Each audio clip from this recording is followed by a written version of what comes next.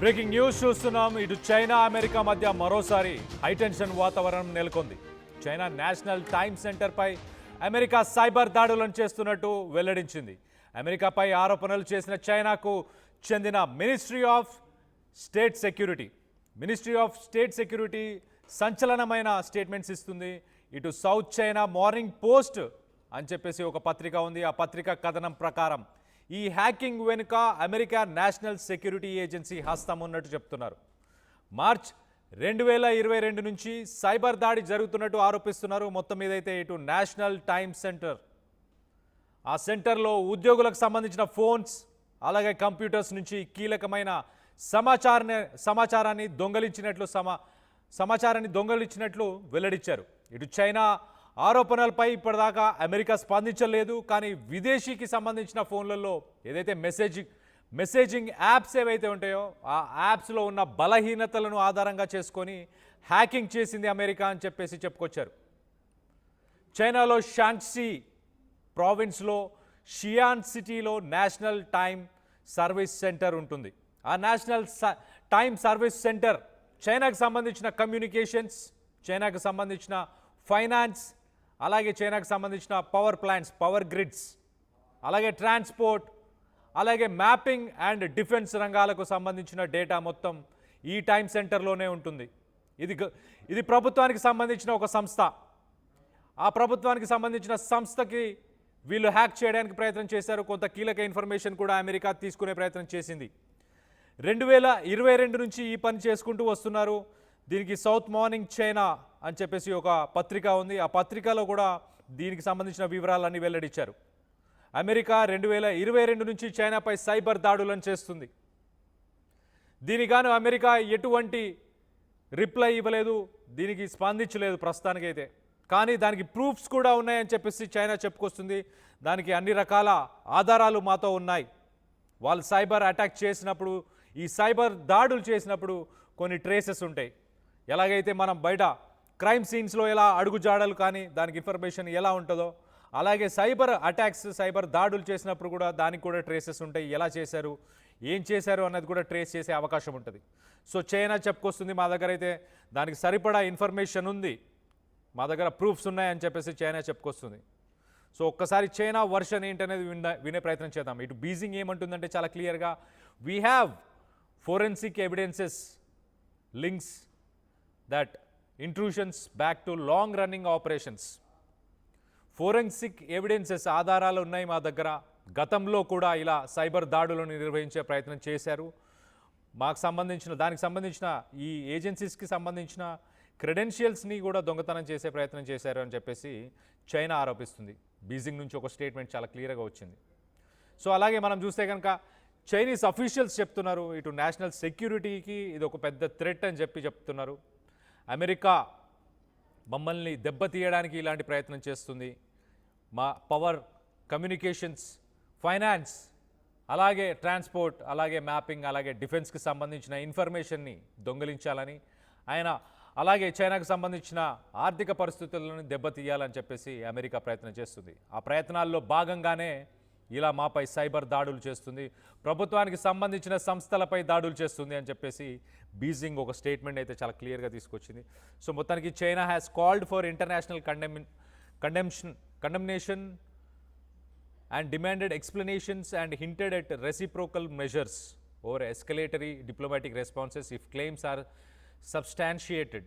So China చాలా క్లియర్గా ఏం చెప్తుందంటే దీనికి అమెరికా స్పందించాలి, అలాగే వివరణ ఇవ్వాలి. ఒకవేళ ఇవ్వని వేళ మేము ఖచ్చితంగా రెసిప్రోకల్ మెజర్స్ అంటే మేము కూడా ప్రతి దాడులను చేస్తాం అమెరికాకు హెచ్చరిస్తున్నారు. అమెరికాకు సంబంధించిన సంస్థలపై, గవర్నమెంట్కి సంబంధించిన సంస్థలపై, ప్రైవేట్కి సంబంధించిన సంస్థలపై దాడులు చేస్తామని చెప్పేసి చైనా చాలా ధీటుగా సమాధానం ఇచ్చే ప్రయత్నం చేసింది. అలాగే డిప్లొమాటిక్గా దీన్ని ప్రపంచ దేశాలందరూ కూడా దీన్ని ఖండించాలి అని చెప్పేసి చైనా అయితే ఒక స్టేట్మెంట్ చాలా క్లియర్గా రిలీజ్ చేసినట్టు తెలుస్తుంది. సో మొత్తం మీద అమెరికా చైనాని టార్గెట్ చేస్తూ చైనాపై సైబర్ దాడులు చేస్తుంది. చైనా దానికి ధీటుగా సమాధానం ఇచ్చింది. దీనికి ఎక్స్ప్లెనేషన్ ఇచ్చి దీన్ని ఎక్నాలజీ చేస్తే బాగుంటుంది, దీనికి సంబంధించిన ప్రూఫ్స్ అన్నీ మా దగ్గర ఉన్నాయి, లేదంటే మేము ఖచ్చితంగా మేము కూడా ప్రతి దాడులను చేస్తాం, అమెరికాపై దాడులను చేస్తామని చెప్పేసి చైనా చెప్పుకొస్తుంది. సో దీనికి సంబంధించి మరిన్ని వివరాలు మా కొలీగ్ సచిన్ ఉన్నాడు. సచిన్తో ఒకసారి మాట్లాడి తెలుసుకునే ప్రయత్నం చేద్దాం. సచిన్, దీనిపై అమెరికా స్పందించలేదు, చైనా ప్రతి దాడులు చేస్తూ ఉంటుంది. ఒకవేళ ఈ సైబర్ దాడుల వల్ల చైనాకు జరిగే నష్టం ఏంటి? అమెరికా ఏం చేద్దామని ట్రై చేస్తుంది చైనాని ఈ దాడుల వల్ల? రైట్, ఇంట్రెస్టింగ్ డెవలప్మెంట్ కింద చెప్పుకోవాలి. ఎందుకంటే ఇక్కడ చైనా చేస్తున్న ఆరోపణలు ఇంతవరకు చేస్తుంది ఒక రకం అయితే, ఇప్పుడు చేస్తోంది ఇది మరి ముఖ్యంగా అత్యంత సంచలనం అనే చెప్పుకోవాలి. ఎందుకు నేను మాట అంటున్నానంటే, అమెరికా తమపై సైబర్ దాడి చేస్తున్నట్టు చైనా తాజాగా చేసిన ఆరోపణ, ఈ ఆరోపణలకు సంబంధించి ఇదేం మొదటిసారి కాదు. కానీ తాజా ఆరోపణ అంశం గురించి మాట్లాడుకున్న సందర్భంలో ఒక జాతీయ సంస్థను టార్గెట్ చేసుకోవడం మాత్రం ఇది చాలా కీలకంగా మారింది. మరి ముఖ్యంగా ఇక్కడ చైనా చేసిన తాజా ఆరోపణ ఏంటంటే కనుక, చైనాలోని national time service centre NTSC అంటూ ఉంటారు. ఇది చైనాకు సంబంధించి వాళ్ళ ప్రామాణిక సమయాన్ని ఉత్పత్తి చేస్తున్నట్టు చర్చ జరుగుతూ ఉంటుంది. దాంతోపాటు కమ్యూనికేషన్స్, అలాగే ఫినాన్స్, దాంతోపాటు ఎలక్ట్రిసిటీ, ట్రాన్స్పోర్టేషన్, డిఫెన్స్ ఇలాంటి కీలక రంగాలకు టైం గురించి మాట్లాడుకుంటాం, సమయ సేవల గురించి మాట్లాడుకుంటాం, వాటిని అందిస్తూ ఉంటుంది ఈ నేషనల్ టైమ్ సర్వీస్ సెంటర్. అయితే దాడి వెనుక అమెరికా గూఢచార సంస్థ చెప్పుకునే నేషనల్ సెక్యూరిటీ ఏజెన్సీ NSA హస్తం ఉందంటూ కూడా చైనాకు సంబంధించి ministry of state security MSS సాధారణంగా ఏమంటారంటే చైనా జాతీయ భద్రతా మంత్రిత్వ శాఖ అని చెప్తూ ఉంటారు. సో ప్రెసెంట్ చైనా ఈ లెక్కలో ఆరోపించడం జరుగుతోంది. మరి ఆరోపణలకి బలం చేకూర్చేలా ఎటువంటి పరిస్థితులు ఉన్నాయి, ఒకసారి దాని గురించి మాట్లాడుకునే ప్రయత్నం చేద్దాం కళ్యాణ్. ఎందుకంటే ఇంతవరకు ఇప్పుడు మాట్లాడుకున్న పరిస్థితులు వేరు, ఇప్పుడు జరుగుతున్న పరిణామాలకు సంబంధించి మాట్లాడుకుంటున్న నేపథ్యంలో దాని గురించి ఒకసారిగా డీటెయిల్ గా మాట్లాడుకునే ప్రయత్నం చేస్తే కనుక, ఇక్కడ చైనా ఆరోపణ ఏంటి, మమ్మల్ని దెబ్బతీసే ప్రయత్నం చేస్తుందని చెప్పి. అయితే చొరబాట్లు మార్చి 22లో ప్రారంభమయ్యాయి, 2023-24లో కూడా కొనసాగాయి అంటూ కూడా చైనా ఆరోపించడం జరుగుతోంది. ముందుగా 2022లో ఒక ఫారెన్ మొబైల్ ఫోన్ బ్రాండ్ కు సంబంధించి మెసేజింగ్ సర్వీస్ లోని అలోపాలను ఉపయోగించుకొని NTSC ఉద్యోగుల మొబైల్ వాళ్ళ గ్యాడ్జెట్స్ ఉంటాయి కదా, ఆ గ్యాడ్జెట్స్ నుంచి కీలకమైన సెక్యూర్డ్ డేటాను, ఇంకా చెప్పాలంటే రహస్య సమాచారం అంటూ ఉంటారు కదా, వాటిని దొంగలించారని చెప్పి చైనా ఆరోపించడం జరుగుతోంది. అలాగే NTSCకి సంబంధించి ఇంటర్నల్ నెట్వర్కింగ్ సిస్టమ్, అంతర్గత నెట్వర్కింగ్ సిస్టమ్ అంటూ ఉంటాయి కదా, వాటిని టార్గెట్ చేసుకొని దాంతో పాటు టైమింగ్ సిస్టమ్ లోకి చొచ్చుకొచ్చింది, అంటే చొరబడింది. NSA 42 రకాల ప్రత్యేకమైన సైబర్ దాడి ఆయుధాలను ఉపయోగించిందంటూ కూడా ఇక్కడ చైనా ఆరోపిస్తున్న పరిస్థితి. అయితే దీనివల్ల జరిగే ప్రమాదం ఏంటి, ఎందుకు చైనా ఇంతలా కంగారు పడుతోంది, చైనా ఎందుకు ఇప్పుడు ఇంతలా ఆవేదన వ్యక్తం చేస్తోంది, చైనాలో ఏం జరుగుతోంది అనేది ప్రస్తుతం మాట్లాడుకుంటున్న పరిస్థితి. ఒకసారి దాని గురించి మాట్లాడుకునే ప్రయత్నం చేద్దాం. అసలు చైనా ఎందుకు ఇంతలా భయపడుతుందంటే, ఈ ప్రమాదం గురించి మాట్లాడుకుంటే వాళ్ళ కమ్యూనికేషన్ నెట్వర్క్స్ దెబ్బతింటున్నాయి, వాళ్ళ ఫినాన్స్ సిస్టమ్ దెబ్బతింటోంది, వాళ్ళ ఎలక్ట్రిక్ సిస్టమ్, వాళ్ళ ఎలక్ట్రిసిటీ సరఫరాకు సంబంధించి ఇబ్బంది అవుతోంది అని చెప్పి చైనా చెప్తోంది. చైనా ఇంకేముంటుందంటే కనుక, ఈ దాడికి సంబంధించిన సాక్ష్యాలను సేకరించడం జరుగుతుంది, ఆ ముప్పును తొలగించడానికి NTSCకి డైరెక్షన్స్ ఇచ్చామని చెప్పి MSS చెప్పింది. ఇంకా ఏముంటుందంటే, let me quote here, America తాను చేసే పనులనే ఇతరులపై నింద మోపుతోంది, చైనా సైబర్ బెదిరింపుల గురించి పదే పదే ప్రచారం చేస్తోంది అంటూ తీవ్రంగా విమర్శిస్తున్న సందర్భం. దీంతో పాటు అమెరికాపై చైనా ఆరోపణలు గతంలో కూడా ఉన్నాయి, ఇదేం కొత్త కాదు, బట్ గతంలో ఏమున్నాయంటే 2022 సెప్టెంబర్లో చైనాలోని ఒక యూనివర్సిటీ ఉంది, NPU అంటూ ఉంటారు. సో అక్కడ ఆ NPU పై వేలాది సైబర్ అటాక్స్ జరిగాయి, దీని వెనుక కూడా అమెరికాకు చెందిన సంస్థలు ఉన్నాయని చెప్పి చైనా ఆరోపణ. సో ఇప్పుడు ప్రెసెంట్ సిచ్యువేషన్ ఏంటంటే, అమెరికా చైనాల మధ్య ఎటువంటి వాణిజ్య యుద్ధం జరుగుతుందో చూసాం. మరి ముఖ్యంగా మాట్లాడుకున్న సందర్భంలో టారిఫ్స్ వార్ అంటూ ఇటు చర్చ జరుగుతున్న క్రమంలో ఇప్పుడు దీనికి సంబంధించి ఏం చేయబోతుంది, ఎందుకంటే కొద్ది రోజుల